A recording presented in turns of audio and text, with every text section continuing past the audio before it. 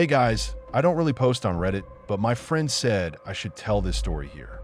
I'm Terry, I'm 14, and I live in Southern Ontario with my dad and my little brother Alex. He's 9. My parents are divorced, and my mom only comes around every few weekends. Dad works nights at a warehouse, so it's usually just me, Alex, and our dog Peanut.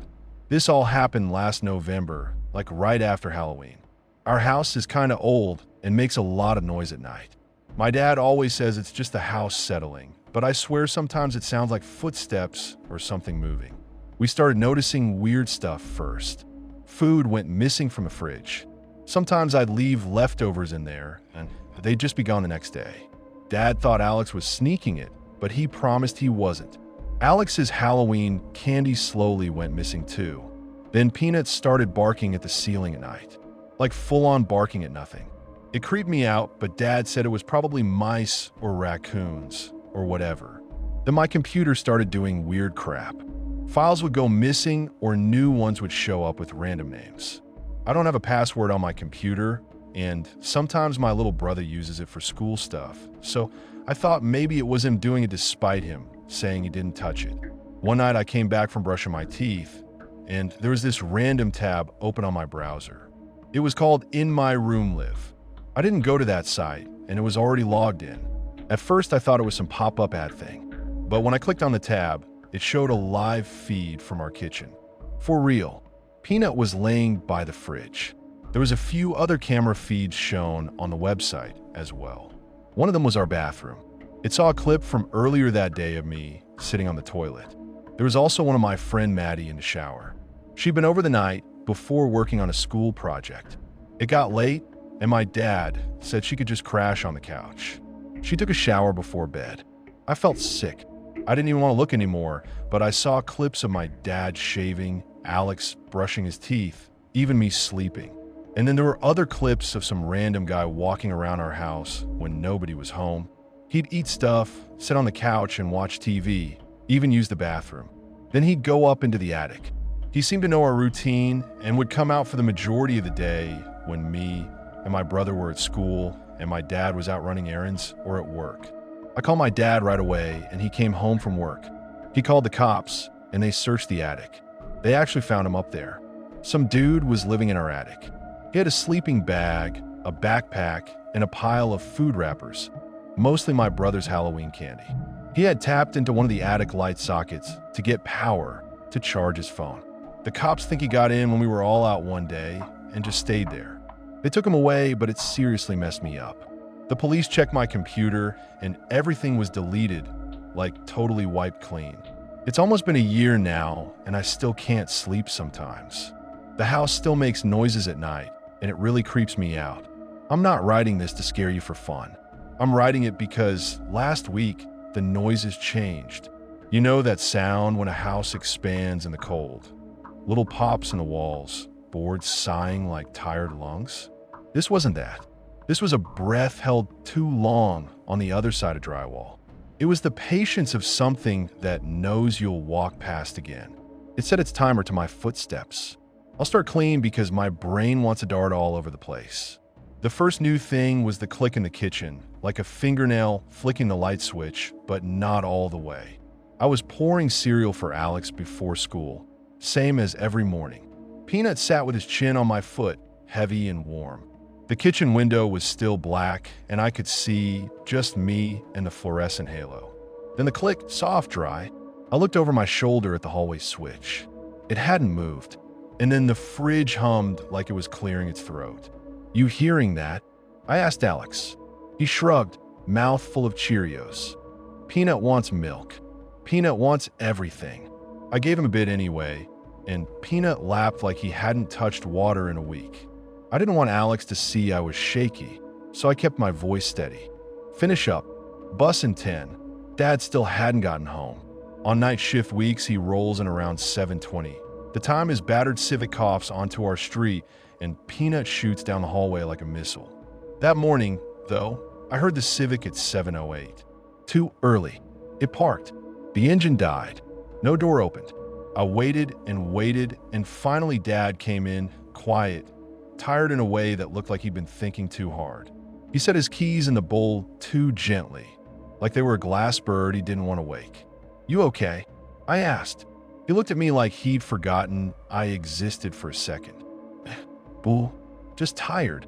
That's the thing about adults. They think tired covers everything. You can pour whole oceans of fear into that word. We didn't talk about last November much. There were a couple days of cops and questions and a social worker with a scarf. And then everyone acted like our house had coughed and cleared the infection. We swapped out the bathroom lock that week, bought a motion light for the back porch, got cheap stick-on alarms for windows. Dad insisted on paying for a new deadbolt and said he'd get a real security system when the budget stabilizes. The budget never stabilizes when you're a kid. It's just another adult ocean. And the cops took the guy's name away like it mattered, and the website with our lives on it stopped loading, and I had panic attacks for 2 months that felt like sitting on a missing step in the dark. And now, click in the kitchen. Too early Civic. Dad's keys landing like feathers. After school, I asked him if his shift changed. He said no. I asked if he stopped somewhere before coming home. He said no. I asked why he parked for 12 minutes. "What the hell is this, Terry?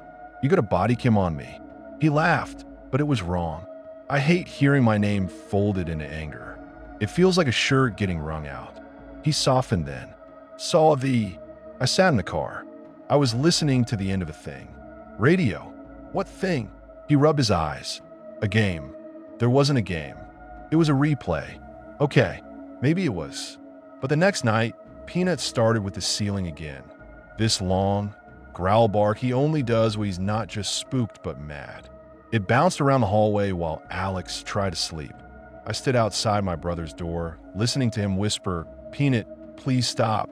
And then I'd say, "It's okay, Al, it's just the house." And I could hear how fake I sounded and wanted to slap myself. "I have to pee," he said. "Will you come with me?" He's too old to ask that. I'm too old to be scared too. I went anyway.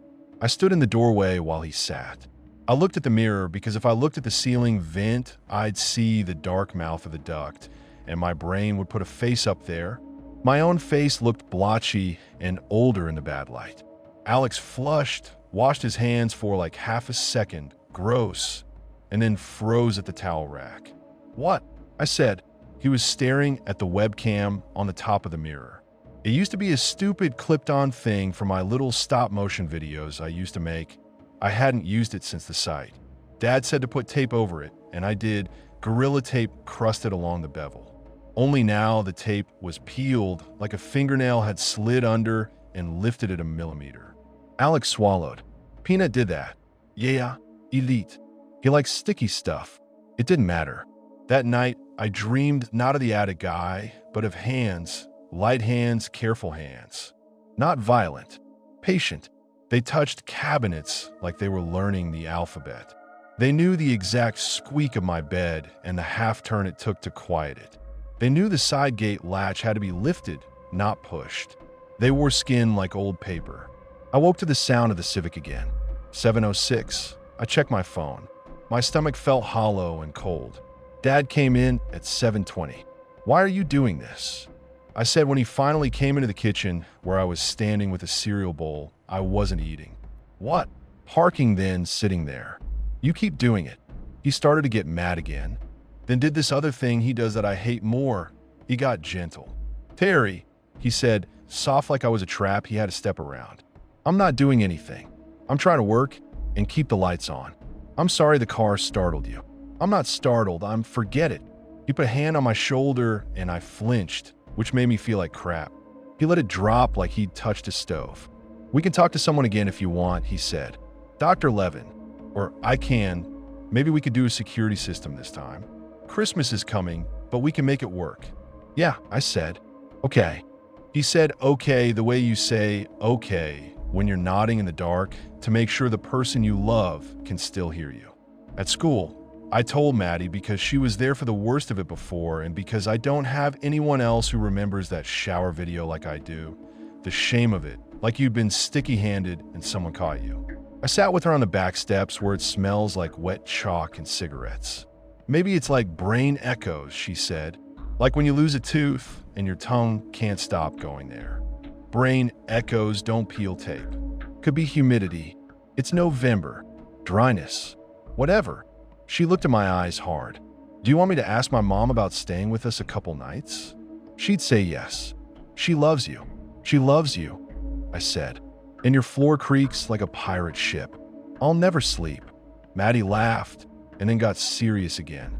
You know, if anyone was trying anything, Peanut would literally tear their balls off. I know. He barks at the ceiling where he can't reach. Super effective. She tucked her hair behind her ear. We could do a test. Like we could set a trap. What, like string a tripwire? Like bake cookies and put hair in them, she said deadpan. You're messed. You love me. Shut up. She bumped my shoulder and then got practical, the way I need her to. Put a glass of flour on top of the attic hatch, she said. If it gets jostled, the flour spills. Or draw a thin line of like baby powder across the hallway floor at night.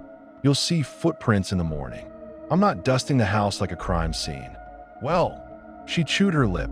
What about your computer? You said it's been weird again. It stops being weird whenever I try to catch it being weird. The sentence sounded crazy out loud.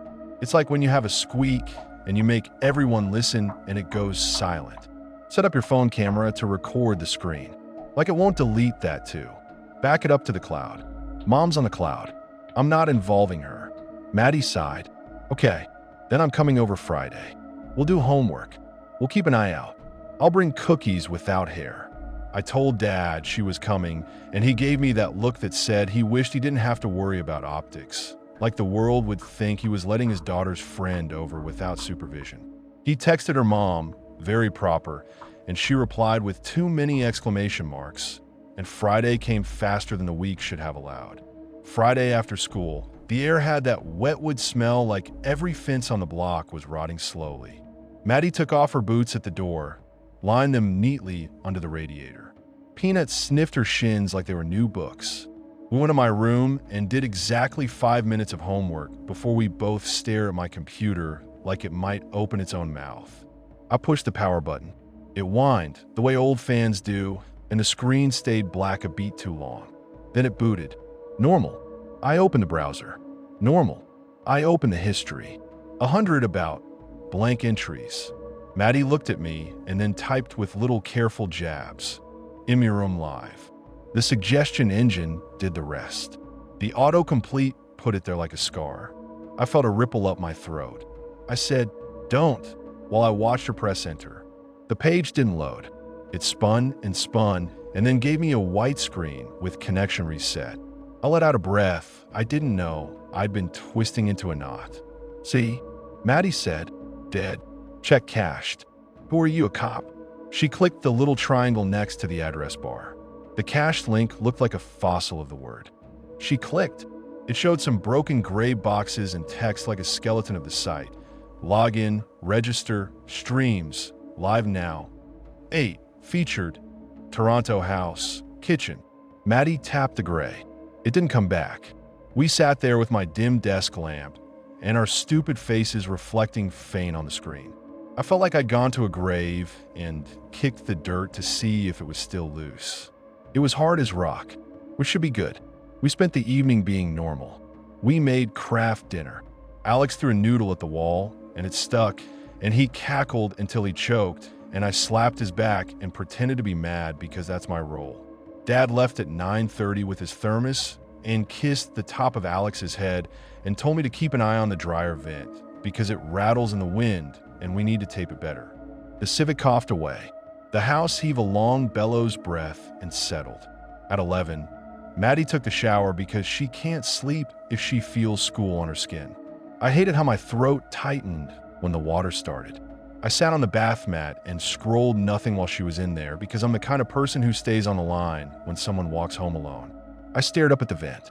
I knew there was a right angle bend before the attic, a black bend like you could pour a secret through and it would take its shape. The tape on the webcam stared at me like a squid eye. Maddie came out of my too big t-shirt and said, "Don't be weird," and flicked water on me. "Your bathroom light hums at an A. You're a freak. Sing with it." She hummed a note that matched the bulb. The noise crawled into my molars. We camped on the living room couch with blankets and a crappy movie. Alex was already out cold in his room. Peanut did his rounds, front door, back door, hallway, circled twice, collapsed like he'd been sniped. He snored. It sounded like someone sawing through an onion. I put my phone on the coffee table and opened the camera and tilted it at the hallway so it would catch any movement, even though I knew that was basically a magic trick for me, something to let my brain say, it's okay, you have a trap. The house breathed, and the movie's sound came in waves because my ears kept tuning for footsteps, like a child at a recital who can only hear his mom. Sometime between midnight and 1, I drifted. I know because I woke to my phone buzzing against the table like it had a second heart. Motion detected. I shot upright, and my whole spine tried to leave my body. Maddie jerked next to me and yanked the blanket off her face. Peanut went from dead to zeroed in, ears up, pupils fat. What? Maddie hissed. I didn't answer. I grabbed the phone with sweaty hands and brought up the lock screen thumbnail. A blurry gray rectangle of the hallway, dim, grainy. The motion might have been nothing. The camera app is like an over-caffeinated mall cop. I tapped it open, thumb shook. The video started. The hallway was empty. A slight change in the pixels around the bathroom door, like the air thickened there and then thinned. Peanut stood, hair up, silent now, which is worse than barking. His nose stretched toward the hallway and vibrated like he was smelling heat. Turn on a light, Maddie whispered. I stood. My knees went hot cold. I took one step. Peanut moved first, slow and precise, nails clicking in a way we usually yell at him about. He went to the bathroom door. The door was half open, the way we left it. The mirror showed the dim lamp on the end table behind me, and a slice of me, and a slice of Maddie peering over the couch like an animal in a den. Peanut put his nose to the bottom of the door and breathed out a rapid huff. He does that when a smell interests him. Little puff, puff, puffs like he's pushing his own exhale into the scent to wake it up. He looked up at me.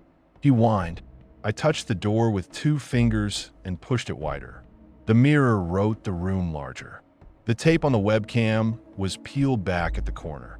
I said, don't scream, without meaning to, and then thought, who was I telling, Maddie or me? It's nothing, Maddie said, even though we both heard the house say, it's not nothing. I walked into the bathroom. My own breath sounded too loud. The floor was cold through my socks. The shower curtain was partly open.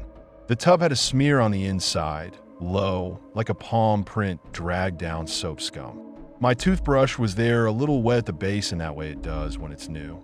Except it wasn't new. Someone had used it and stood it back in its cup. I picked it up. My hand shook. I didn't plan to smell it. I did. It smelled like toothpaste and something like pennies if pennies sweated. Maddie was behind me. Terry, she said. The hallway light clicked on, but not from the switch. From the smart bulb. We don't have smart bulbs. I spun. The light was just on. Alex blinked from the doorway to his room and rubbed his eye with a fist and said, what's going on? And then saw my face and said, oh, it's okay. I said too fast. Go back to bed. He looked at the bathroom webcam at the corner lift of tape. He backed away and closed his door. Maddie reached for my phone, took it gently. Call your dad. He'll think I didn't even finish that sentence. I called. He answered on the second ring. Everything good? He said, voice low like he was outside in the parking lot. I could hear a truck back up somewhere in the background, beeping. There's something. I swallowed and my throat clicked. I need you to come home. Terry, he exhaled. Is it an emergency? Like, is anyone hurt? No, I said, which sounded like a lie even to me. Then I'll be off at. Dad, I said, and my voice cracked on the D, so I sounded like I was 12. Please. He paused. I heard the parking lot beeping beat faster like it was inside my head. Okay, he said. I'm coming. It was 20 minutes, maybe less. He walked in and looked at the bathroom webcam with this tired, angry sadness, like he'd found someone had carved a word into the hood of his car. He went to the attic hatch and put his palm flat on it, like he was feeling a fever. Peanut stood at the base of the ladder, stiff, vibrating. Dad went up with the flashlight. He came back down dusty and scraped and said, there's nothing. You sure? Maddie asked, polite, but not backing down. Like, could he hide? No, Dad said. You'd hear someone breathing up there. It's insulation and beams. Last time we didn't hear him, I said. Dad looked at me like that sentence hurt him physically. I'm going to get my drill. We'll screw the hatch closed from below. If anything moves it, we'll see stripped screws. I'll order a camera tomorrow. Don't, I said, bad taste in my mouth. Not a camera. He looked at the bathroom webcam. He looked at me. Right, he said. Right. Okay. Motion lights then. He drilled the hatch. The sound was too big in the small hall. The bit squealed and shook dust down on his hair. He sneezed, swore, kept going. We all acted like that was the cure, like loud metal would fix quiet fear. Maddie squeezed my wrist and whispered, "You want me to sleep in Alex's room with him?" I nodded. Yeah, he'll pretend he's mad, but he'll sleep. We all did eventually. Morning came mean and bright. Dad looked wrecked. He handed me the drill and said, "After school, remind me. I'll grab a floodlight from Canadian Tire." He left. The Civic wheezed and went. Maddie was at the bus with me and squeezed my shoulder again and said, "You're okay." And I said, "I hate the word okay." And she said, "Same." And then the bus swallowed us. I couldn't focus in class. The whiteboard numbers skittered around like ants. Every kid in that room had a little pocket life, and none of them knew about my toothbrush. Our English teacher, who has exclamation points for eyelashes, asked me if my paragraph was about a memory. I said yes, and she said, "Wonderful," and I wanted to rip the word off her mouth. At lunch, I checked my phone. 3 missed calls from an unknown number. Voicemail transcripts that were just slicing weird blocks of words that didn't mean anything, like the auto-transcriber had given up. I put the phone down and didn't tell Maddie because I didn't want her to see me go watery. After school, I walked home alone. Alex had chess club. Dad texted he'd be late. The air had turned to needles. Tiny, fine snow that doesn't fall so much as it appears halfway down. The neighborhood looked like everything had turned down the volume. I let myself in. Peanut did his little whining dance. I took his face in my hands and pressed my nose to his forehead and breathed him in dog and dirt and a little bit of Dorito. "You're a good boy," I told him. "Tell me if there's a ghost." He sneezed in my mouth. I went to my room and dropped my bag and looked at the computer. I wasn't going to. I did anyway. I turned it on. It hummed. I opened the browser. I opened history. No history. Not even about blank. Clean like someone had run their finger along a dusty shelf. I looked at the timestamp in the corner. 3:38 p.m. I had walked in at 3:31 and gone straight to my room. The power button was still warm like my finger rubbed the sun there. I went cold head to foot. I closed the browser. I opened documents. My folder named Math Death had 3 files last I knew. Now, there were 4. The new one was called We Keep Each Other PNG. I'm not a total idiot. I didn't double-click it. I right-clicked. I looked at properties. It said it was created at 3:34 p.m. I was literally standing in the kitchen with Peanut at that time, unzipping my coat, saying, "Hey, buddy," and the air changing around me. The file size was big for a single image. I looked at the preview thumbnail. It was gray static. I got my phone ready and filmed the screen while I double-clicked. The image opened. For a second, it was just gray. Then it resolved into the view from our living room camera. We don't have a living room camera. The image was from the mantle looking out. Couch, TV, hallway mouth. In the frame were me and Maddie last night on the couch half asleep. Peanut on the floor like a spilled rug. The time code in the corner said 12:42 a.m. There was movement in the hallway right at the edge of the frame. The air turned gelatinous and then a shape slid into it. I almost dropped the phone. It wasn't a face. It was a shoulder and part of head, and then it stopped because the camera didn't pan. It hovered there like a shadow got thick and leaned. I closed the image. I closed the laptop entirely. I could hear my heart in my ears. I stood up too fast, and the room did the balloon thing where it goes far away for a second. I grabbed Peanut's collar, and he didn't resist, like he liked being led for once, and I walked out into the backyard. The sky was iron. The neighbor's oak had all those little helicopter seed pods jammed up in the gutters. The eaves troughs whined when the wind hit them. I stood by the short chain-link fence and try to have one thought at a time. The thought I had was, someone is not a ghost. Someone is disciplined. Someone is careful. Someone is so patient they can outwait a teenager, which is terrifying because teenagers are basically waiting. The side gate rattled. I turned and my heart leapt, and Dad came through and said, "Jesus, Terry," and put a hand on his chest. "Don't stand silent like that." "Someone put a file on my computer," I said. He stared. "It's a picture," I said, "from last night, from a camera we don't have." He dropped the plastic bag he was carrying. The floodlight inside thumped, and I hoped it didn't break. He set his jaw and said, "Show me." We went inside, and I opened the laptop, and the file was gone. "Cool," I said like a person in a burning building commenting on the wallpaper. "Cool, cool, cool. Maybe you." "Don't," I said in a voice even I hadn't heard from my mouth before. He raised his hands. We looked at each other across the bend in who we used to be. I hated it. He said, "Softer." "Okay, okay." "We call the police." "They'll roll their eyes," I said. "They'll say teenagers prank. They'll say I made it." "They won't," he said, and then his voice did that tiny shake that says he knows they might. We called. They sent a car. The two cops were different from last year. A woman with sharp, kind eyes, and a guy who looked like he'd been told jokes his whole life and didn't believe any of them. They asked the standard questions. They looked at the hatch. They looked at the screws like they were fortune-telling tea leaves. They looked at Peanut, who licked the sharp-eyed one's hand and then growled at the other, which I liked more than I should. The sharp-eyed cop asked, "Any other devices in the house? Old tablets? Game cameras outside?" "No," Dad said. "You said you had something on your computer?" she asked me. "It's gone," I said. It was a still from our living room from last night. I swallowed, looking at me and my friend. "Do you have any sort of cloud backup?" she asked. "Not for that," I said. I filmed the screen with my phone. "Can we see?" I opened my phone. The video was there, and it wasn't.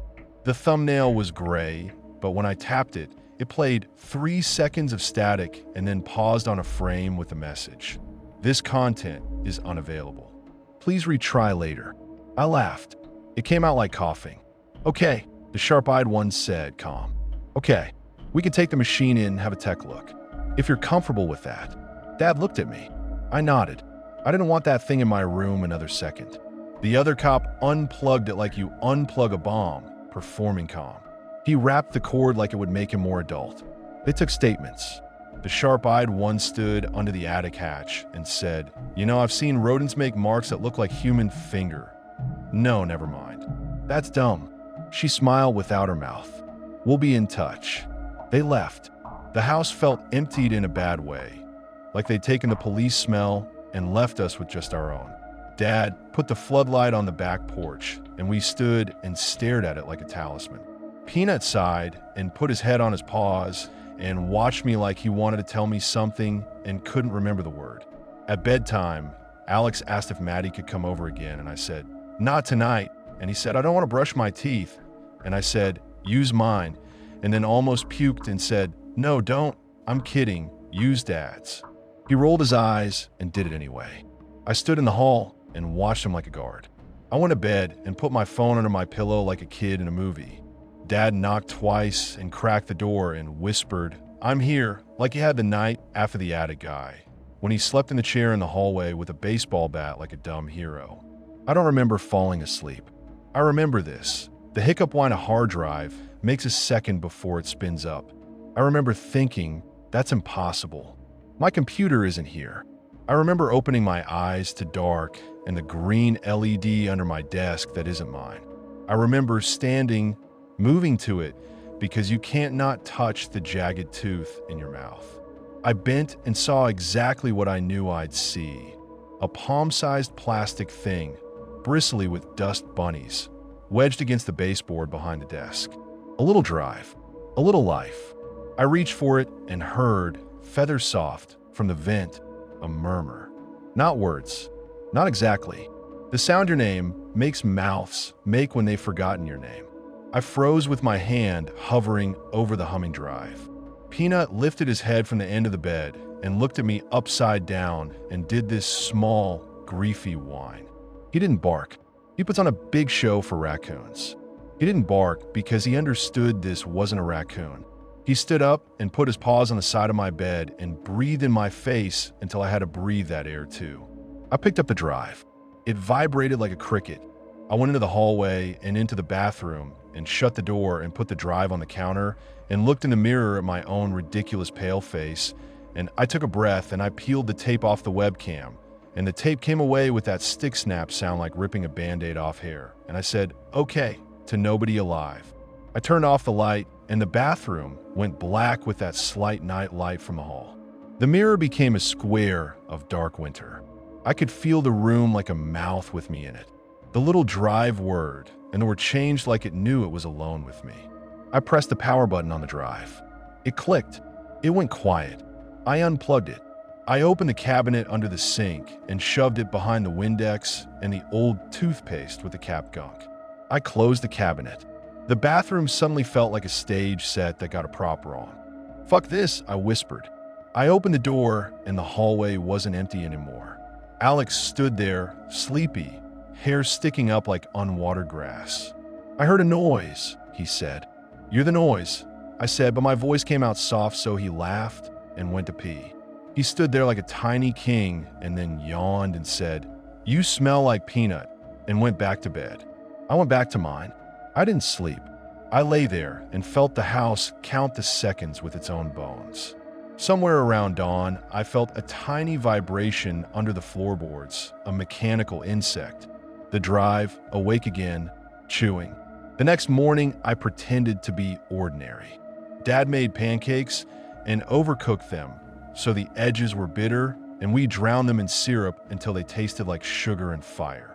Alex said, "My tooth is wiggling," and I said, "Don't pull it at the table," and he pulled it anyway, this bloody little pearl, and then started crying because he thought he'd swallow it. I gave him a napkin and told him to put it in a glass of water for the tooth fairy, like I wasn't planning to sleep with a broom handle jammed through the attic hatch tonight. Dad looked at me, and we did that look where you laugh at something unrelated because you can't laugh at the real thing. At noon, the cops called. "Hey, Terry," the sharp-eyed one said. "We need you to come down to the station with your dad. It won't be long."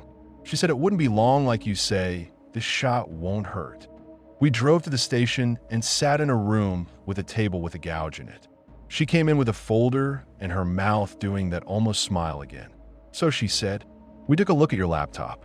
Whoever put that image on it, if they did, was careful. Wipe logs, mess with your timestamps. The only weird thing we can't explain is a DNS entry pointing your browser to a private IP when you typed in your room live. Do you know what that means?" "No," I said. "I mean, kind of, but no. It means the site would only exist for someone on your network," she said. "Like a little homemade internet." "Cool," I said. "So the camera is in my house." "We don't know that," she said, gentle. "But you noticed anything new plugged in anywhere? Anything moved?" I thought of the drive onto the sink. I thought of how easy it would be to say nothing. I thought of how my body has been screaming for help for a year and how I kept telling it to shut up because I didn't want to make trouble. "Yeah," I said. There's a drive in the bathroom." Dad looked at me and then at her, and his jaw did a little click. "Can we see it?" she asked. We drove back with the cops behind us. I went into the bathroom and opened the cabinet and moved the Windex and the toothpaste. The drive wasn't there. I stared into the dust and the silver hair that wasn't ours and the little smear of toothpaste on the wood. I laughed. I couldn't help it. Dad said my name like you say someone's name in a car right before you crash.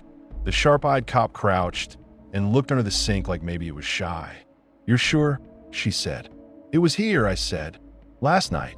She nodded, not like she believed me, not like she didn't. "Okay," she said. "We're going to do a sweep, if that's all right." She looked at Dad. He nodded so hard his neck made a sound. They went through the house like professionals who've learned to be polite to ghosts. They didn't open every drawer, only the ones a person could live in. They thumped walls, ran hands under beds, took apart the back of the TV stand. They opened the attic again, and I watched them climb, and there was a moment where all I wanted in the world was for them to find a human footprint to make me a normal kind of scared. They did find something. Not up there. In the basement, in the joist above the spare room nobody uses because it smells like damp. The flat-faced cop put a hand up and felt something and said, "Huh," and then pulled down a little square of wood that had been wedged between beams. Above it was a void. Not even a room, just a crawl space the size of a coffin. In it were an energy bar wrapper, a pencil, and a little circuit board with wires. The sharp-eyed cop said, "Too bright." There we go. And my stomach turned inside out because of how her voice wanted to be relief. "What is that?" Dad asked. "Looks like a little Wi-Fi bridge," she said. "We'll bag it and see." They did. They left. The house went quiet in that way. That means it's listening. Dad stood in the basement with the light string in his hand like a rosary and said, "We're getting a hotel." And I said, "We can't afford it." And he said, "I'll put it on a card." And I said, "We can't afford that either." And he said, "Terry." And I felt suddenly older than him. "We can go to Mom's," I said, even though I know what Mom's is like. The apartment is small and smells like onions, and her boyfriend watches TV too loud, and the couch bed stabs you through the shoulder. Just for a few nights. He nodded like I'd solved the math problem. We threw clothes into bags, and I put Peanut's toy duck in his mouth, and he looked proud and confused. Dad signed a note for Alex's school that said, "Family emergency," in letters that got smaller at the end. Before we left, I stood in the doorway of my room and looked at everything like it was the last time. The poster of that band I pretended to outgrow. The dent in the drywall that I swore to Dad was from my elbow and was actually from when I threw my phone and missed the bed. The window with the tiny scratch that looks like a comma. I told all of it I was sorry we didn't do better. At Mom's, the couch bed stabbed me like I knew it would. Alex slept on the floor in a nest of blankets.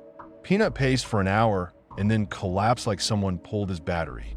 Mom hugged me too long and whispered "baby" into my hair and then told me to be nice to her boyfriend. He offered me pizza and I wanted to bite him. I didn't. I ate the pizza and tasted cardboard and acid and smiled and said thank you. I slept and dreamed events. I dreamed of the mouth at the angle that led to the attic. I dreamed of a person made of corners, flattening against wood, learning how to be the seam. I dreamed they had my toothbrush in their mouth and they were whispering my name around the bristles. In the morning, the cops called again. "We took a look at that circuit," the sharp-eyed one said. "It was a repeater. It might have been bridging a signal from a device in or near your house to somewhere else. It's cheap. Anyone could set one up. You can get them at Walmart. Do we need to move?" I asked, my voice so flat it sounded like a recorder with a dead battery. "No," she said, then, after a breath. "I think if the presence feels ongoing, you should not be in the house alone, no. We can increase patrols. Patrols don't go through vents." "I know," she said, and her voice did this thing that made me want to cry and hug her, because she hated that sentence too. Dad went back to the house with her. I stayed at Mom's with Alex and took Peanut to the sad apartment back lot, and he peed on a pile of leaves like a king wearing a robe of trash. I sat on the curb and wiped my face with my sleeve, and it came away gritty, like the air at Mom's had more dirt in it. I tried to watch YouTube on my phone, and none of the sounds were human enough. The narrators sounded like they were all talking through the same hole. I clicked off. When Dad came back, he was holding the toaster. He set it on Mom's counter like a bomb and said, "Don't use this one." And I said, "Do we have other toasters?" And he said, "I got a new one." And the whole room went stupid for a second because we were all dancing around the fact that we'd moved into a different layer of reality where you bring your toaster to your ex's apartment because your house might be a mouth. He told us in little broken sentences what the cops found when they went back with a different team. The upstairs vent grills had been unscrewed and then screwed back with different screws. The back door latch had a tiny thread of metal missing from the hole, like someone had fished a wire through 100 times to lift it. The fuse box had a label moved, laundry and bath swapped, like someone was cataloging the house in a language only they cared about. The basement window had a fingerprint on the inside. It was a world too small to belong to Dad and too large to belong to me. "They think someone came back," Dad said. After we left, my stomach went light. "What do we do?" We change everything, he said. Locks, numbers, habits. He looked at me, and I realized he was scared that I would say, and moms, like I'd pick a side. I didn't. I said, okay, and I meant it. 2 days later, while we were still at mom's, my phone lit up at 3 in the morning with a notification. Motion detected. I had left the hallway camera app running on the old phone we'd put on a shelf at the house, an act that felt like lighting a candle in a church you don't believe in. It had power. It had a leftover LTE SIM. It shouldn't have had a signal. It pinged anyway. I opened it in the dark of mom's apartment, cold with that weird heat that smells like dust burning. The clip buffered slow because mom's Wi-Fi is from the dinosaur age. It loaded a frame at a time. Hallway. Dark. The light under my door like a thin cut. A shape in the dark. No, not a shape. The absence of one moved. The air went heavy, and then the door to my room eased open by an inch like a sigh. The video ended there, like a throat clearing and then silence. I wrote, without thinking, to the unknown number from before, the one that had called and left empty messages. I typed, I see you. It delivered. 3 dots appeared. They stayed. They disappeared. They appeared again. A message came through. You hear me. The text was just those 3 words. No question mark. No capital. I wrote, leave us alone. The reply, after a long pause that felt like someone putting their ear to the wall and listening to my heart, said, I left. You stayed. I stared at it until the print bled into the dark outside the window. I didn't wake Dad. I didn't want to hear what his voice would do to the air. I turned the phone face down and pressed it under my thigh like that would stop the house from breathing. Peanut lifted his head and put it on my knee, and I clung to his ear like a dumb handhold. In the morning, I told Dad, and his face did that slow drain the way a sink does when it's clogged, and then suddenly it isn't. He called the sharp-eyed cop, who told us not to engage, who asked if we could come down and show her the messages, who said she'd try to trace, but that texts like that rarely give a gift. We drove again, and she looked at my phone and bit the inside of her cheek and said, he's playing, and I said, he thinks it's play, and Dad said, enough, and his voice was big in the little room, and I almost believed him. That was when she told us the worst part, and the part one think about when I can't sleep and the house counts my ribs. She said, we picked up the man who was in your attic last year. Did I tell you that? He violated parole. He had a burner phone. He had some flash drives. He's in custody. He did this from jail. I said, because my brain needed to make it one person. I wanted a monster I could draw a circle around. No, she said, we don't think he's connected to this new thing. So there's another, I said, and my own voice sounded like a recorder again. Stale. Thin. I think, she said carefully, there were always others. These circles overlap. We went home that night because there's a limit to how much onion air you can inhale and how many times you can pretend a couch is a bed. Dad had a guy from work come who knew a guy who did locksmith stuff on the side. He installed a deadbolt that felt like closing a vault. He screwed bars onto the basement windows. He did it all fast, with this nervous energy I liked. He said, that'll slow a man down, and I said, what if he doesn't need to be slowed? And he didn't hear me or pretended not to. We slept there. I slept with my door open an inch, because if it was closed, I'd hallucinate hand shadows in the crack. Alex fell asleep on his stomach like a starfish, mouth open, which makes him sound like a tiny old man. Peanut slept sideways, dedicated not to comfort, but to turf. Dad sat in the hallway until after midnight and then fell asleep in the chair again. I took a picture of him because I wanted to remember that once. He tried. Around 4, the house did one of those long stretches where every board sighs. I sat up, alert like a wolf. I listened for the bad thing. It didn't come. The not coming was worse. Morning. Saturday. Dad made eggs too hard again. The sun came lopsided through the kitchen blinds and drew prison stripes on everything. I followed one stripe with my thumb across the counter. It stopped at the toaster. Our new toaster, chrome and clean. There was a fingerprint on it. It was sideways, like someone had pressed their thumb to it while looking at the reflection of the room. I leaned in. The print wasn't from breakfast. It had dust in it. I went to tell Dad, and he was in the backyard yelling at a squirrel like the squirrel was personally responsible for world hunger. He turned on me, ready to keep yelling, and then saw my face and stopped. I pointed. He came in. He looked. He said, "Quiet. We clean. We clean it all." He got a cloth and wiped the print away like erasing a word. He did the counters, the appliances, the doorknobs. He put the cloth in the garbage and took the garbage out like it was a body. After lunch, I went to my room and made myself sit. I made myself do math. I wrote the problem. 2x plus 3 equals 11. I stared at it until the numbers slid, and then I solved it because it was that or cry. I put the pencil down, and I heard a sound I will never ever forget. It was the sound of someone descending a ladder very, very slowly, the little tap of a rung on foot, and I hate myself that I know that without seeing. I stood up so hard the chair went clattering, and Peanut barked, and Alex yelled, "What?" And Dad ran from the kitchen, and we all converged under the hatch. The screws were in, but one had turned a hair. The cross of the head had a fresh burr. Dad didn't even grab the drill this time.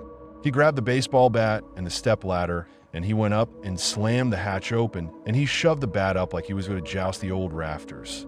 He yelled, a short, wordless sound I've only heard from men at the start of fights. Peanut went insane. The house shook itself like a wet dog. A pale hand appeared at the edge of the hatch. I will see that hand when I'm 80. The skin had that dry, tissue paper look. The nails were short and square and bit down.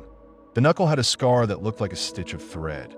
The hand gripped the lip and then hesitated like the rest of the body behind it was doing math. Dad hit it. He didn't hesitate. The bat connected with a sound I thought would feel satisfying and instead made my stomach fold in half. The hand recoiled. Something thumped above and slithered in the insulation. Dad hauled himself up into the attic like an idiot. I grabbed his belt with one hand and screamed, "Don't!" And he went anyway because he is who he is. There was more thumping, the sound of wood, a yelp, then Dad yelling, "Get down!" to the person or to himself, I don't know, and then silence. The flat-faced cop would later say, "You shouldn't have engaged." The sharp-eyed one would say, "I'm glad you're okay." But in the moment, there was just the attic swallowing the noise like a mouth and then spitting up a man's breathing. Dad came down with his face like a tomato and sweat on the ends of his hair. He said, "He's there," and pointed with the bat like that was helpful. He told me to call. I called. I could barely see the numbers. I told the dispatcher I was the kid from last year and there was someone in my house, and they sent everyone. The man in the attic didn't run. He didn't try to go out a window. He didn't do anything except lie on his stomach with his face turned away in a niche where the roof pitches low and the insulation is thick like snow that will give you cancer. The cops pulled him out with gloves and bad words. He was small, smaller than my dad. He said, "This is a misunderstanding," like he had said that sentence so many times it had worn grooves in his mouth. He looked past us when they carried him through the living room. Not at my face, not at Dad, not at the dog. At the bathroom door. They found his sleeping bag, his backpack, his pile of wrappers. Peanut stood on the couch with his front paws on the back cushion like a little dog statue whose plaque reads, "You motherfucker." I felt this dizzy, laughing urge that I bit down on so hard I tasted blood. The cops took him away. They put tape on things and took pictures. The sharp-eyed one looked at me and said, "You're safe," with a tiny question mark at the end that made me want to hug her and also punch a wall. They bagged his phone. They asked if they could take my computer again, and Dad told them it wasn't here, and they said, "Where is it?" And I said, "With you." And she checked a list, and then her mouth went a line, and she said, "Right?" When they left, the house opened its mouth and yawned and settled again like it always does. Dad put his hand on my head and then took it off fast like he remembered I was not a child, and then put it back because I went to the bathroom and looked at the webcam and told it silently, "Please be just a dead little eye." The next day, the sharp-eyed cop called and said the thing I'm here to say out loud, the thing that makes the little hairs on my arms stand up even now. When we got to the station, the phone he had on him had been wiped. And when we checked on your laptop in our evidence locker, it was wiped too. Like, fully reset. We're trying to figure out if a signal was sent. It's not supposed to be possible from there. But it's clean. It's almost been a year now. I still can't sleep sometimes. The house still makes noises at night. Peanut still barks at the ceiling. I tell myself it's just the house settling. I hear my dad's voice in mine, and it makes me feel like I put on his coat, and it doesn't fit. I tell myself there was one man, and the police took him, and then I remember the repeater, and the texts, and the hand on the hatch, and the way the man looked at the bathroom door when they carried him past, and my skin feels like a sweater that shrunk. Here is the part one haven't said out loud to anyone because it sounds like a different genre. Sometimes when I'm brushing my teeth at night and the mirror is fogged and I wipe it with my palm and there's that clear oval, I see myself and behind me the dark mouth of the hallway. I see nothing else. And I hear, under the vent's thin throat, the house whisper, "You hear me." And I say, because I am dumb and brave and 14 and already tired, yes. I didn't wait for whatever answer the house thought I owed it. I filled my mouth with toothpaste and scrubbed hard like that would erase the words in my head. And I washed my eyes in the fog glass and I didn't blink until they watered. It felt like if I blinked, I'd miss the part where the mirror changed me into something I wouldn't recognize. Dad worked the next few nights, which made the house bigger. Mom texted check-in 3 times a day like a homework assignment. Maddie came over once after school with cinnamon buns like sugar could pin the corners of the room down. She climbed under my blanket with me and let me press my cold toes against her shins and didn't smack me for it. And we watched a nature video where a snake gets into a nest and the birds just scream and scream because they don't have hands. She reached over and closed the laptop when the snake started eating and said, "Enough. Sorry," I said, "for the video and for not being easy to be around and for the way my brain vibrates." "I love you," she said, like she didn't care if I said it back. And that made the room go steady for a second and I could breathe. Then Peanut went to the bathroom and stood under the vent and did that whisper groan he does when he's tracking a fly. Only there was no fly. The steady left. We both looked at each other like we'd been caught cheating. "Let's get out of here," she said. "Walking helps." We walked along the drainage ditch wherein summer frogs yell like sirens. In November, it just smells like cold mud and old metal. The sky was low and the geese were making sloppy V's and arguing about where south was. We didn't talk about the house until we were past the Tims and the smoke smell got traded out for coffee. I told her about the texts. I told her about the repeater and the wiped phone and the second guy pulled out by the cops. And Maddie did the thing she does where she sticks her hands deep into her jacket like she's trying to hold herself together from the inside. "You think your dad knows more?" she asked. I hated that she asked it because I had asked it to myself in the half awake. "I think he knows he's tired," I said, and it came out meaner than I meant. "Sorry. What about Alex?" she asked. "Has he said anything weird?" "He says normal 9-year-old insane stuff," I said. "Like he doesn't want to wet the bed, but also he thinks you swallow your tooth, and it cuts your stomach open on the way down. He sleeps.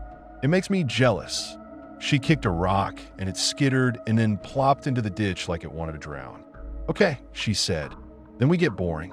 We get methodical." She looked at me. "You and me and Peanut. We trap a ghost. I thought you said it was humidity." "It was before you got a text from the wall," she said. "Now it's a riddle we can solve." I love her because she makes scary things problem-shaped. We went home, and she made me go full nerd. We went room to room with sticky notes and a Sharpie and labeled every vent and return. We held a tissue up to each one to see which way the air moved. We watched for the tremble. We didn't tell Dad because his face is a glass of water I don't want to spill. We sprinkled baby powder in a hair-thin line across the hallway at ankle height because that's what the internet says shows movement. We balanced pennies on the doorknobs. We put a single Cheerio on the bathroom counter and drew a ring around it in pen. It felt dumb until it made the silence tolerable. The house breathed, and we gave a test to pass.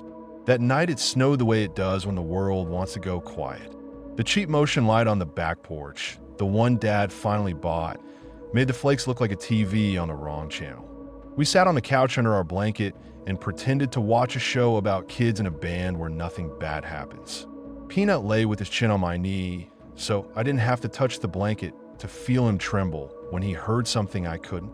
At 1:13 a.m. my phone made that soft buzz without lighting up. New thing. I lifted it and the screen stayed black for a heartbeat too long, like it was deciding if it would obey me. Then the lock screen. Then a message from unknown. I can't sleep either. I had the thought like a reflex. Maybe it's someone I know fucking with me. And immediately I knew it wasn't. I typed, "What do you want?" The dots came, vanished came. One is wrong word. One means I get to choose. What's the right word? I typed. The right word is listen. I looked at the bathroom. The tape on the webcam had been replaced with fresh tape this afternoon and was smooth, perfect. I looked at the hallway. The baby powder line was fine as frost. I typed, "I'm listening." Peanut's head lifted, then turned, tracking something that didn't move air. The unknown number sent an audio file. 8 seconds. I didn't touch it. Maddie, reading over my shoulder, whispered, "Don't." I touched it. It was my dad, snoring. I know the rhythm of that sound. I know the little whistly catch when his nose is stuffed and the thunk when he shifts and the snore breaks. It was that, but not from the hallway where he sat in the chair. The recording had the ring of tile. The bathroom. I dropped the phone into the blanket and stood fast enough that Peanut startled. "He's messing with us," I said, and my voice came out shaky and furious. "He's..." "Stop," Maddie said, standing, her hands up like she was calming a horse. "Stop. That's not him. That's someone making you move." I stood there with the blanket puddled around my ankles and the house holding its breath to see which way I'd run. And I didn't. I went the opposite way of what the audio wanted. I walked to the front door. I opened it. The cold hit like a slap. I stepped onto the porch and let the motion light blind me and stared at the yard and the street beyond, snow making the whole world have the same edge as a paper cut. I called the number. It rang 3 times. It clicked. I said, "Say my name," and I could hear the line's breath like a seashell. A voice whispered, almost sweet, "I don't want to get it wrong." "I'll make it easy," I said.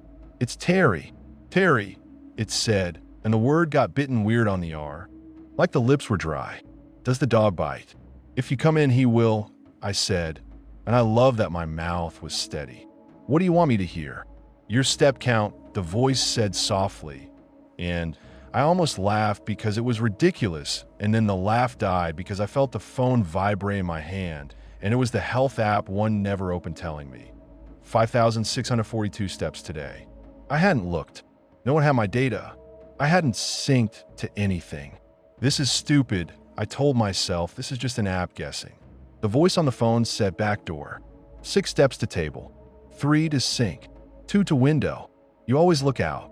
"Fuck you," I said. "Okay," it said just like that and hung up. I stood on the porch with snow in my hair and felt it melt and slide into my ears. Maddie came behind me and put her hand on my back. "They want you to dance," she said. "Don't. I want to kill somebody," I said, and I meant it like I meant wanting to smash a bee with my palm, fast and stupid. We didn't sleep, not even a fake nap. I dozed for 9 minutes because the phone says that's how long the sleep cycle was, and in that 9 minutes, I saw the bathroom mirror bright as day for a second and a face in it that wasn't mine. Not a ghost face, a regular guy's face. Late 20s, maybe, or 30. No eye whites because he had the camera too close to his head. His mouth smiled without his cheeks joining in, like the muscle didn't live there. In the morning, we checked the powder. It had a little trough in it like a bead rolled through. Not a foot. Something pulled at ankle height. The pennies on the doorknobs were still balanced. The Cheerio had moved 0.5 centimeter inside my pen circle. Maybe vibration, Dad said, because we told him now and he had to offer something to the world besides money he didn't have. Trucks. Trucks moved 1 Cheerio, but not the other 12 on the counter. I said. He rubbed his face. "I'm trying." "I know," I said, and my voice made him look away. School that day was a blur of chairs and other people's breath. I kept checking behind me and then pretended I was stretching. I took my phone out in the bathroom and turned it off and then on again, and it still felt dirty. I told myself to stop being dramatic. I told myself other kids have way worse. Like the kid whose mom has cancer. Like the kid whose dad is in jail. Like the kid who just faded out of school the way some kids do, and no one says why. But it didn't change the way the stall walls breathed with me. On the bus home, the unknown number sent a photo. No Kopsgen. I opened it because I can't not open a door once I know it's there. It was my living room. The angle was weird from high, like a ceiling corner. The timestamp said 2:18 p.m. There was no one in it. The TV was off. The blanket we'd used last night was rumpled like a sleeping animal. In the far right corner, there was a sliver of mirror from the hall. In the sliver, half of the face. The part you could see was a mouth and a cheek I knew, mine. I took the photo into the police station instead of my house. The sharp-eyed cop looked at it and said, "God damn it," under her breath like it was a prayer. She called someone in the back room. The someone in the back room asked me if any of our devices had cameras in the living room. I said no. He asked if there were smoke detectors with cameras. I didn't even know that was a thing and hated that it was. He came to the house with us in a ladder and a screwdriver. He took down the smoke detector. It was a smoke detector. He pointed a flashlight into the vent. He ran his fingers along the crown molding because apparently criminals watch YouTube too. He found nothing he could hold up in a plastic bag. "Okay," he said finally, like he'd made a decision he didn't like. "I'm going to do something that isn't technically what we do on residentials." He took a flat black box from his bag and pressed a button, and it made a little pipping sound, and he held it up like a divining rod. He walked slow, the way you walk when you're not trying to wake a sleeping baby. The pipping changed when he hit the hallway. It got faster. He stopped under the attic hatch, and the pipping went almost solid. He turned it off and on again like that would make the bad bee go away, and tried the bathroom. The pipping calmed. Back to the hallway. The device sang. The cop looked at the ceiling. "What's up there?" "A junction? A return?" "Just space," Dad said. "Insulation." "Yeah." The cop tapped the ceiling lightly with his knuckles. The sound came back wrong. Not hollow like a big void, not solid like wood. A flat, dead sound. "Can I cut?" "Cut what?" I said. "The ceiling," he said, and his voice made me want to sit down. Dad nodded. He didn't even look at me before he did. I felt this weird betrayal in my stomach and then was mad at myself for feeling it because he was right. The cop fetched a little drywall saw from his bag like a magician and started sawing a neat square. Dust sifted down. Peanut sneezed. It took longer than TV. Then the square fell into his hand, and he lowered it, and we all leaned back like the ceiling would spit. Above the hole was another surface 2 inches higher. Not drywall. Something shiny. The cop swore softly. "It's foil," he said. "Someone put foil board up there on furring strips." Dad blinked. "What does that mean?" "It means if there's anything up there you want to keep quiet, sound-wise, that would help," the cop said. He poked the foil with a finger. It crinkled like a candy wrapper. He peeled the corner. Gray foam under. He stuck his hand in like he was looking for the prize in a cereal box and felt around, and then his face did a little awe. He pulled down a little black button. Camera. A lens no bigger than a freckle. Taped to the foil. My vision went white around the edges in this weird, polite way like my brain wanted to give me a vignette. Maddie grabbed my wrist hard enough to bruise. Dad said, "Jesus. Jesus Christ." The cop bagged it. His hands were steady, but his ears were pink the way grown-ups get when they're angry and try not to show it. "We'll find the rest," he said. He meant it like a promise he couldn't keep. He found 2 more. One above the corner where the living room meets the hall, one above the kitchen doorway. Both stuck to pieces of foil board that had been slid in between the real ceiling and a little frame someone had made up there years ago for who knows what. The wire from the cameras didn't go anywhere. They were battery. He showed Dad how easy it was to stick and unstick them if you had a ladder and a slow hand. "Who the hell got the ladder?" Dad said, even though we all knew. The attic hatch opens, the ladder comes down. Someone slides foil in, someone sticks a button above the hallway right where the air twitches and the house makes its mouth. The cop left with his bag of tiny eyes. The house felt like it had taken its shirt off and was embarrassed. I wanted to throw up and also hammer nails into every seam. Dad walked around with his hands on his hips like a guy in a commercial trying to decide which fertilizer to buy. He looked not at me, but near me. "We're okay," he said, and this time the word didn't land anywhere in the room. That night, we slept with the lights on like cowards. I don't care who thinks that's a coward thing. It's a live thing. Peanut slept with his chin on the hallway rug under the hatch like he got a new job. Alex crawled into my bed at some point and pretended he was still asleep when I pulled the blanket up over his shoulder. Dad sat in the chair until 2 when his back gave, and then shuffled to his bed and flopped face down and made the same gentle throttle sound he made in the audio the unknown number sent. At 3:19, my phone made the dry whisper vibration of a calendar reminder. I don't use the calendar. The notification said, "I left. You stayed." 3:21. I stared at it for a full minute and then typed back with my thumbs hard. "Who are you?" 3 dots. I pictured the dots in the dark like fireflies. The answer, "Your house." No. I typed with too much speed. People use houses. You're not the house. The answer came back after a solid 30 seconds like it had to wriggle through ductwork to get to me. A house is what it keeps. You've been kept here longer than me. You know its habits. What do you want me to do? I typed and hate how easily my fingers made the words. Listen, it wrote again. Someone brought me. Someone will bring another. After me, before me, we keep each other. What do you want me to hear? I typed. This, it wrote, and sent another audio file. This one wasn't Dad. It was a sound I didn't recognize at first because I'd only ever heard from the outside. It was the attic hatch sliding a ½ inch on its frame. I sat up and the room went cold around my skin like the air had been holding still waiting. I shook Alex's shoulder. He squirmed and said 5 more minutes on autopilot because his body thinks everything is school. I put my hand over his mouth and he opened his eyes the way you do when you're underwater and someone taps your shoulder. "Don't make a noise," I said. I crossed the hall and avoided my own powder lines because leaving the trap intact made me feel stupidly safe. The attic hatch did the smallest itch. I could hear the screws whisper. Peanut stood, all hair and teeth, and put the sound of his body between me and the square in the ceiling. I pressed call on the unknown number again because sometimes you have to make the snake show itself. It didn't pick up. Instead, the porch light came on. Not motion, full. The floodlight Dad installed washed the whole yard like a cop on a TV show. Through the front window, the snow looked like white bees giving up and falling.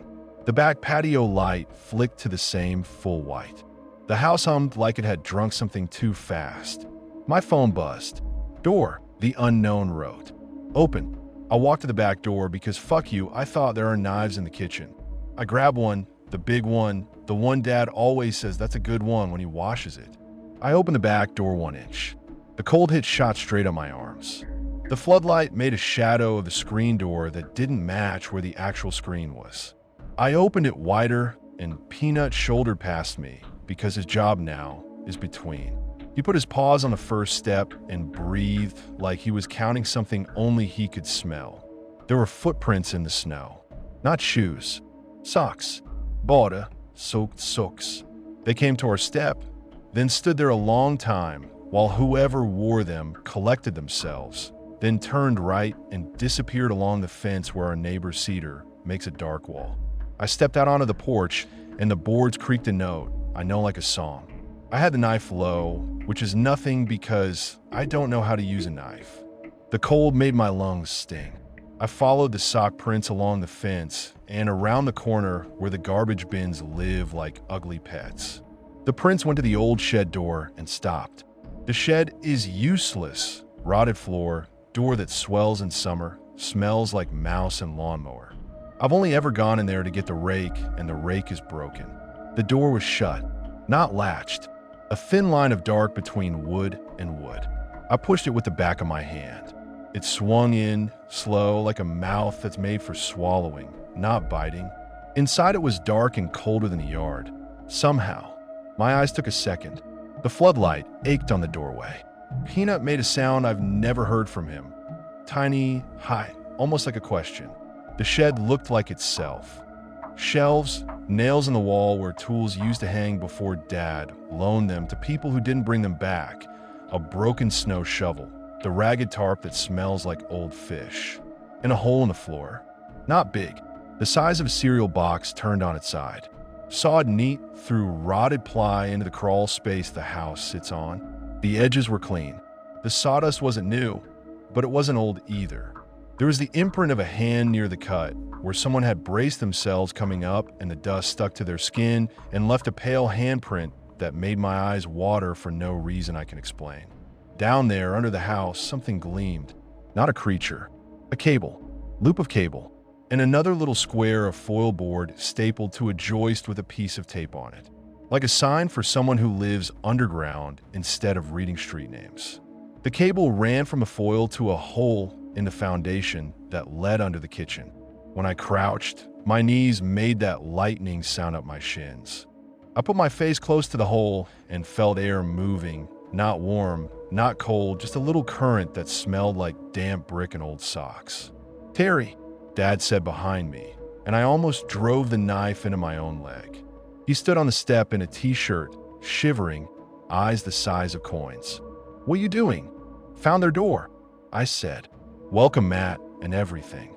He put his hand on the top of my head, which he does sometimes when he's scared, like he's checking I'm there, like I'm a ball cap he left on a fence post. "Get inside," he said. He didn't ask me if I was sure. He didn't say we should wait. He said inside like that was a direction that mattered. We called the cops. We waited with the kitchen light on and the back door locked and the knife flat on the counter between us like a treaty.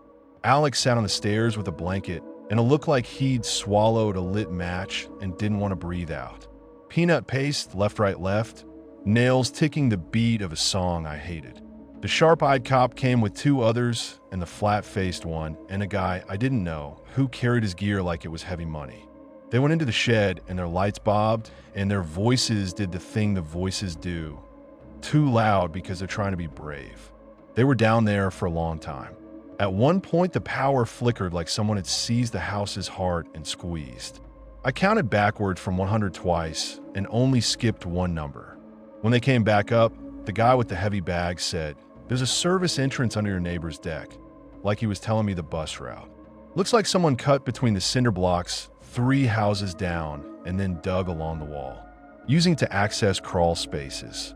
You know what a plenum is?" he asked me, like this was school. Sometimes the whole return air of a house is just the space between the joists. If your neighbor's was open to the crawl.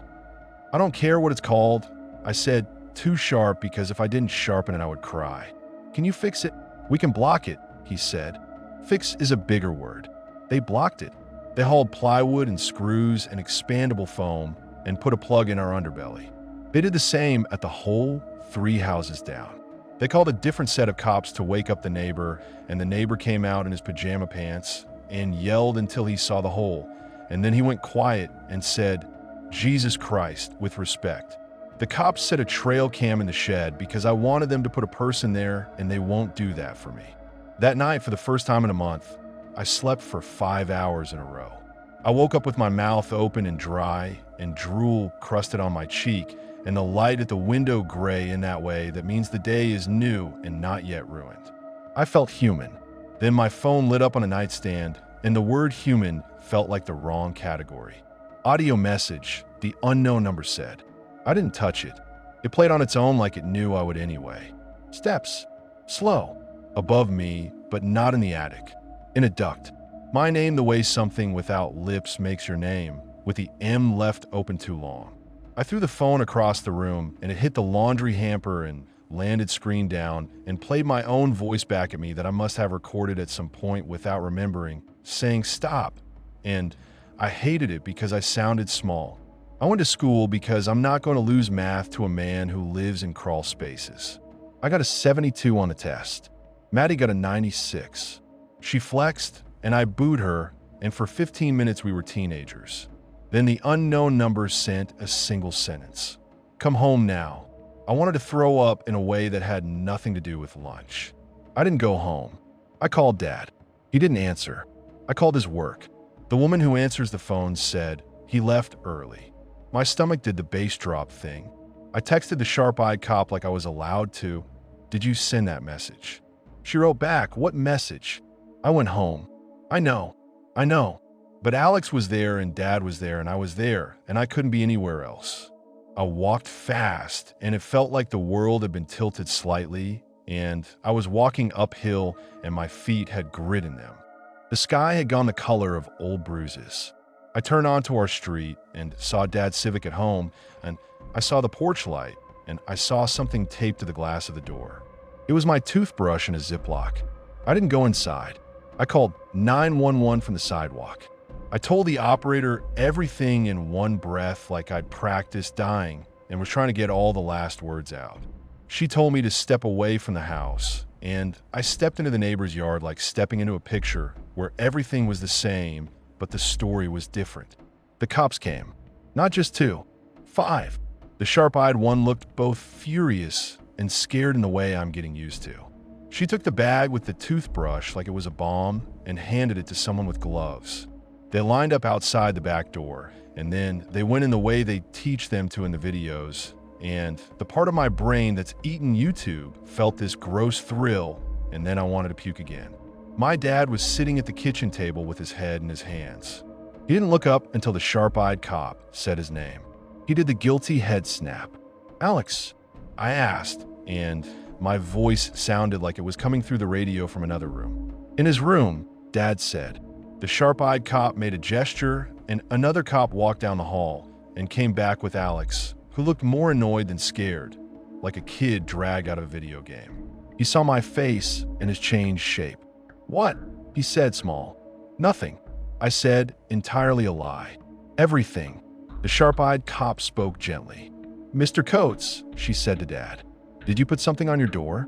He looked at the Ziploc. I found it there, he said. His eyes did that thing where they get glassy, but no tears come. I came home, and it was there. Why did you come home early? She asked. He looked at me like he wanted to pick the answer that would make me smallest hurt, and there wasn't one. I got a text, he said. She tilted her head. From who? He blew air out of his nose like that would smother something. From the number. The unknown. What did it say? She asked, although I was pretty sure she could guess. Come home now, he said. I thought. You thought you could catch him? I said, and couldn't keep the contempt out of my mouth. What were you going to do, Dad? Hit him with a pan. I was going to keep you safe, he said, and I hated him for how he said it. Like we live in a movie and not in a house with 2x4s and mice and debt and a man who knows my toothbrush better than anyone. The sharp-eyed cop squeezed his shoulder, not comforting exactly, just a human contact point. We're going to look, she said. If you don't mind waiting on the porch. We waited. They looked. They found one new thing. Not a person. A phone wedged between the kitchen cabinet and the wall, above the kickboard, impossibly neat. It was thin and rubber-banded with a square battery, all taped slick and tight. If you put your ear to the cabinet, the cop showed me, you could hear the faintest tick like a wristwatch under a pillow. The number that had been texting us was on the lock screen. She shut off and it died like a gnat. They took it. They left. We were alone again with the residue. That night, after Alex fell asleep hard and Dad sat in the chair again, because masculinity is a disease, I texted the unknown. You're done. A minute passed. Then, more than one of us. I typed, how many? All men, it wrote. The men are just louder. You only hear the ones who think this is a game. Then, come upstairs. No, don't be dramatic, it wrote. Bathroom. I went. Maddie would have killed me. The bathroom smelled like steam and pine sol and the metallic tang of fear. I looked at the mirror and my face looked 14 and old. The tape over the webcam was intact. The vent was a black mouth. I stood so the vent could see only my hairline. My phone buzzed. Audio 015. I played it. A whisper. Looked down. There was black marker on the tile in the grout line behind the toilet where no one looks. Little notches, for then a slash through them. Then 4 more.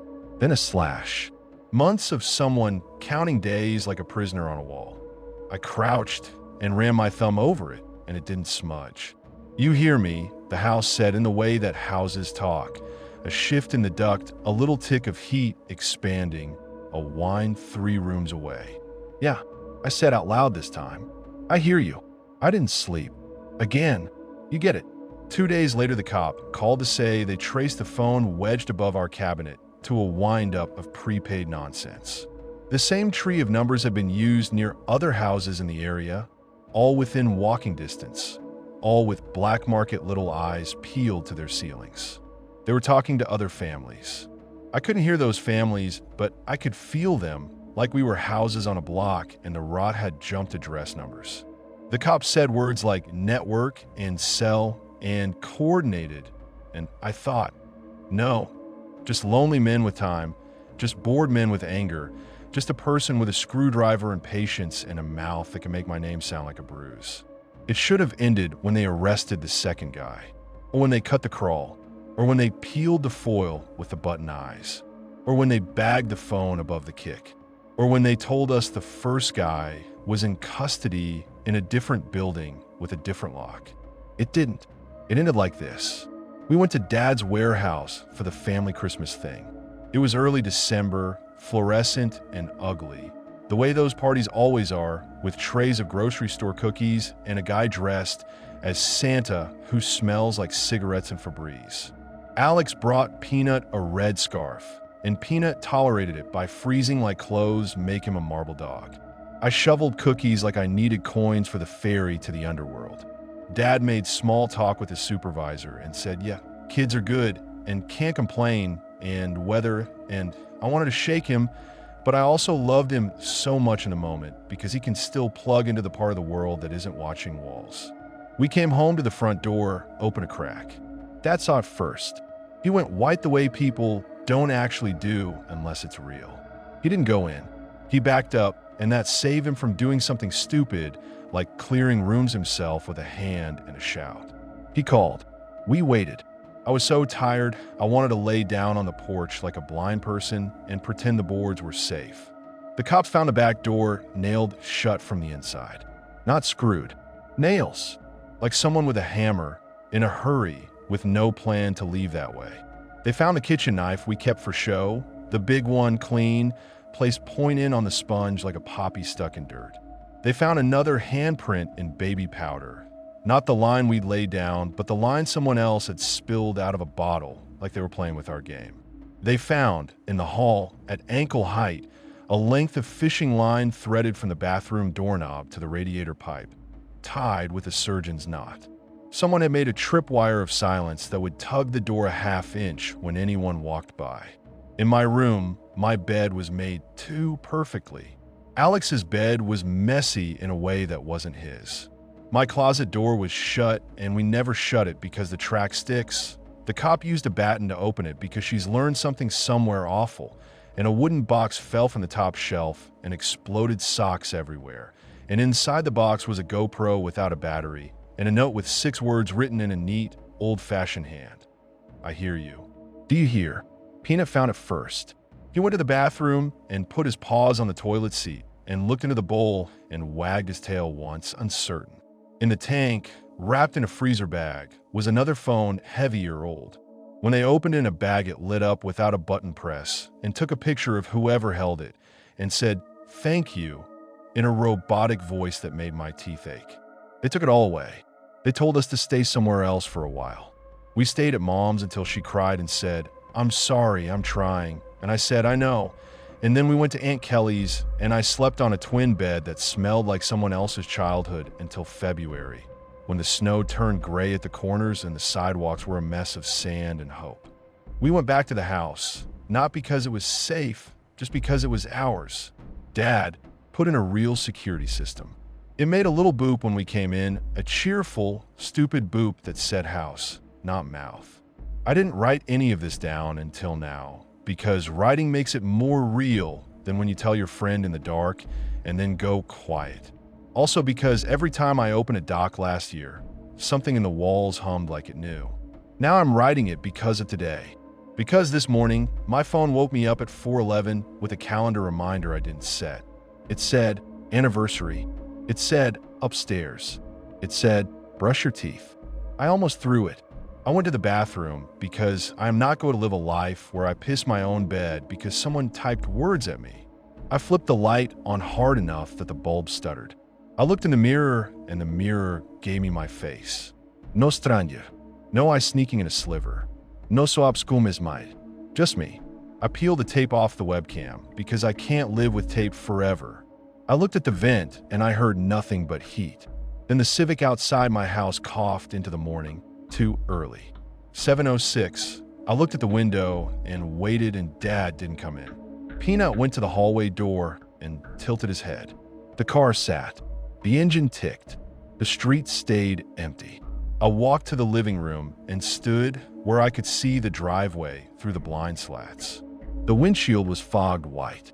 A shape inside moved its hand and wiped a circle and looked at the house. My phone buzzed. I laughed. It wrote, "You stayed. Come out and listen." I went outside in my socks because the part of me that does things for other people is going to kill me someday, and I don't know how to cut it out. The cold went right through the socks and bit the bones of my feet. The Civic ran, and I could smell exhaust and wet rubber and the old fabric smell that lives in all of Dad's clothes. The shape inside wiped the windshield again. I got closer. My breath plumed. The person inside wasn't my dad. The person inside had a beanie pulled low and a surgical mask and the eyes standing out blue, not because they were pretty blue, but because everything else was covered.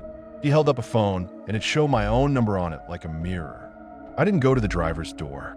I went to the passenger and pulled, and it was unlocked because of course it was. The heat hit my face. It was Dad's car, everything about it. Air freshener that smells like fake pine, the loose cassette under the seat, the grit that never vacuums. The man looked at me like he looked at everybody. Not like a person, like a point in a map. His eyes were flat. They never do the thing where they apologize. "You hear me," he said, and his voice wasn't whispery. It sounded like a guy you'd pass at a grocery store and forget immediately. "Get out of my dad's car," I said, and the anger came so clean it shocked me with its heat. He blinked slow, like a crocodile. "Don't do anything," he said, to me or himself, I didn't know. He held up the phone with my number. "We keep each other." I reached over and hit the horn with the palm of my hand and held it. The sound shattered the morning. The man flinched, and for a fraction of a second, he was just a person and not a category, and I hated him more for how plain his eyes were. He scrambled, hit the gear, rolled back too fast, the tires squealed, Peanut exploded out of the house like a furry missile, and Dad came to the door in his t-shirt, and the sharp-eyed cop's number was already on my screen because my thumb knew its way, and the man jerked the wheel, clipped the curb, straightened, and went. He didn't floor it like in a movie. He just left like a guy late to work. They didn't catch him before 9. They found the car idling 4 blocks away with the doors open and a little black thing stuck to the underside of the dash that looked like a flea. The cop with the heavy bag plucked it off with tweezers and said GPS behind his mask like he was already moving on to paperwork in his head. He looked at me over the top of the car, and I looked back at him, and we had that moment where two human beings are both so tired you could lean on each other and sleep standing up. We changed the locks again. Dad swore like it was a job, and then laughed because he ran out of swears. The cop asked me to look at some photos, and I looked at faces, and none of them were the man in the car, because faces and photos never are.